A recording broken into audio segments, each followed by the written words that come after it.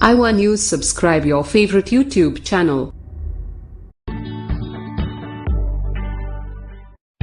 1 जुलाई से देश भर में गुड्स एंड सर्विसेज टैक्स लागू हो जाएगा। सरकार का दावा है कि ज्यादातर सामान या तो सस्ते होंगे या उनकी कीमत जस की तस बनी रहेगी। आइए क्वेश्चन आंसर फॉर्म में जानते हैं पूरा मामला।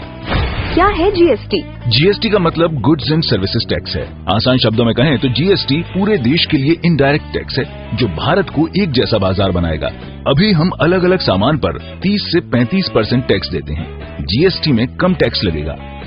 इसे क्यों लाया गया? जीएसटी इसलिए लाया गया क्योंकि अभी एक ही चीज के लिए 2 राज्यों में अलग अलग कीमत चुकानी पड़ती है। जीएसटी लागू होने पर सभी राज्यों में लगभग सभी गुड्स एक ही कीमत पर मिलेंगे। इससे फायदा किसे होने वाला है? कंज्यूमर को। अभी सामान पर कुल मिलाकर 31% टैक्स लगता है। ये कम हुआ तो एम्प्लॉयमेंट बढ़ेगी।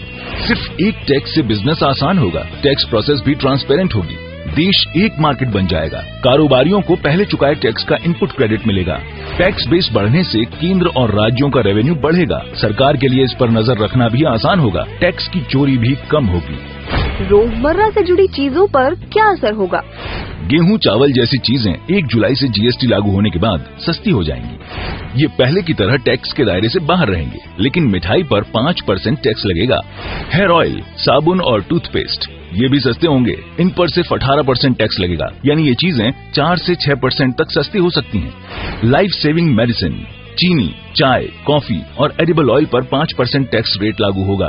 1500 सीसी से ज्यादा कैपेसिटी के इंजन वाली कारें सस्ती हो सकती हैं। मल्टीप्लेक्स में मूवी देखना सस्ता हो सकता है। क्या बिजली सस्ती होगी? कोयले पर टैक्स रेट 11.69% से घटाकर 5% किया गया है।